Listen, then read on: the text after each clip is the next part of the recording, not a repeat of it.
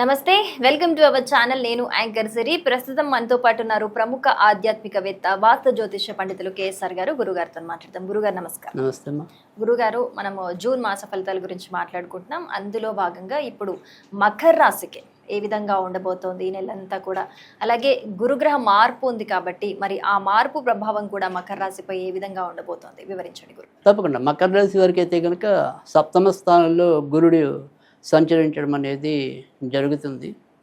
అయితే దీనివల్ల జరిగే శుభ పరిణామాలు ఏంటి లేదా వ్యతిరేక పరిణామాలు ఏంటి అనేది చూసుకుందాం. సో శుభ పరిణామాల్లో ఏంటంటే కనుక మకర రాశిలో పుట్టి ఎవరికైనా సరే ఇప్పటిదాకా కొంతవరకు పెళ్ళి అవి ఏమైనా కాకపోతే వాటికి సంబంధించిన విషయాల్లో కొంత పురోభివృద్ధి సాధించడం అనేది అయితే జరుగుతుంది. కానీ ఇదే ఇప్పటికే వివాహమైన వాళ్ళు ఎవరైతే ఉంటారో వారి విషయంలో ఎంతో కొంత ప్రతికూలత, అంటే తరచు ఇద్దరికి ఏవో రకమైన కలహాలు సంభవిస్తూ ఉండటం, ఒకరోజు బాగుంటే ఒక రోజు బాగుండకపోవటం, సరే వాళ్ళిద్దరూ అన్యోన్యంగా ఉన్నాము అనుకుంటే కనుక మధ్య మధ్యలో ఎక్కువగా అనారోగ్యం అసౌకర్యంగా ఉండటం. సో ఈ రకంగా భార్యాభర్తలు ఇద్దరి మధ్య మాత్రం కొంత ఏదో రకమైన అసంతృప్తి చోటు చేసుకోవడానికి అయితే కనుక ఈ నెల ఎక్కువగా ఉంటుంది. అయితే మకర రాశి వారు విదేశాలకి వెళ్ళాలి అనుకుంటే కనుక చాలా చక్కటి కాలంగా చెప్పచ్చు. సో విదేశీకి సంబంధించిన ప్రయత్నాలు అయితే కనుక సఫలీకృతం అవ్వడానికి కూడా అవకాశం ఎక్కువగా ఉంటుంది. ఇక అంతేకాకుండా ఎవరైతే ఇంపోర్ట్ అండ్ ఎక్స్పోర్ట్ వాటికి సంబంధించిన వ్యాపారాలు చేస్తూ ఉన్నారో అలాంటి వ్యాపారస్తులకి కూడా సానుకూలత అనేది ఎక్కువగా ఉంటుంది.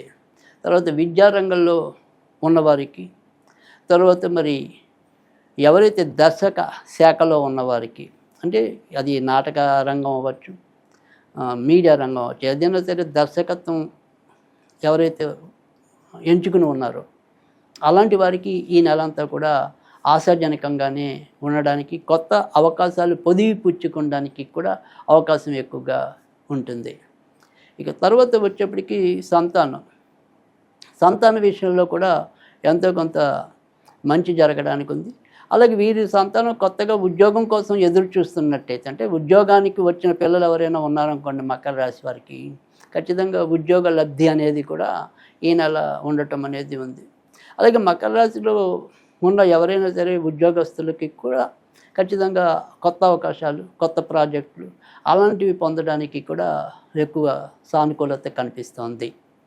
మొత్తం మీద మకర రాశి వారు ఏదైనప్పటికీ కూడా కొంత ఏదైనా నెగిటివ్గా చెప్పుకోవాలంటే కనుక భార్యాభర్తలు ఇద్దరూ కూడా కొద్దిగా సమన్వయంతో వెళ్ళటం అనేది, సాధ్యమైనంత వరకు కూడా ఎవరో ఒకళ్ళు ఏదో రకమైన రాజీ మార్గంతో వెళ్ళటం అనేది కొంతవరకు చెప్పదగిన సూచనగా చెప్పచ్చు.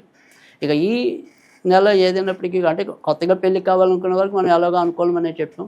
కొత్తగా ఒకవేళ సంతానం కావాలి అనుకుంటే కనుక మరి వాళ్ళకి ఏ రకంగా ఉంటుంది అనేది కనుక చూసినట్టయితే కనుక ప్రస్తుతం వీరి యొక్క సంతానాధిపతి షష్టమ స్థానంలో సంచరించడం అనేది, అంటే అది అంత మంచి విషయం కాదు సంతానానికి. సో అందుకని సంతానం పొందాలి అనుకునే దంపతుల యొక్క కోరిక మరి కొద్ది సమయం పట్టే అవకాశం అయితే ఉంటుంది. సో వచ్చే నెల అయితే కనుక మరింత సానుకూలత అనేది ఉంది. ఈ నెల మాత్రం అంతంత మాత్రంగానే ఉండే పరిస్థితి అయితే కనుక ఎక్కువగా కనిపిస్తుంది. ఇక కొత్తగా ఉద్యోగం రావాలంటే ఉన్న ఉద్యోగం ఉన్న వాళ్ళకి మంచిగానే చెప్పాం, మనం బాగానే ఉందని చెప్పాం. మరి ఒకవేళ కొత్తగా ఉద్యోగం రావాలి అనుకునే వాళ్ళకి ఉద్యోగం లభిస్తుందంటే ఖచ్చితంగా లభిస్తుంది. ఎందుకంటే ఉద్యోగానికి సంబంధించిన అధిపతి కూడా 6వ ఇంట్లో ఉన్నాడు.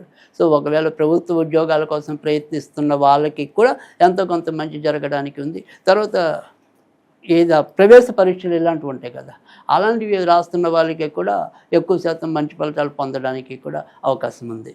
మరి వీరు ఎలాంటి రెమెడీస్ చేసుకుంటే బాగుంటుందంటారు? మకర రాశి వారు కూడా ఈ నెలలో ఎక్కువగా ఆంజనేయ స్వామిని పూజించినట్టయితే కనుక మరింత సానుకూలత పొందడానికైతే ఉంటుంది. ఇక ఈ నెలలో వీరు ఏదైనా సరే చదవాలి అనుకుంటే కనుక గెయిన్ ప్రాఫిట్స్ అనేది చదువుకుంటే మరింత మంచి జరగడానికి ఉంటుంది. చాలా చక్కగా వివరించారు. ధన్యవాదాలు గురుగారు.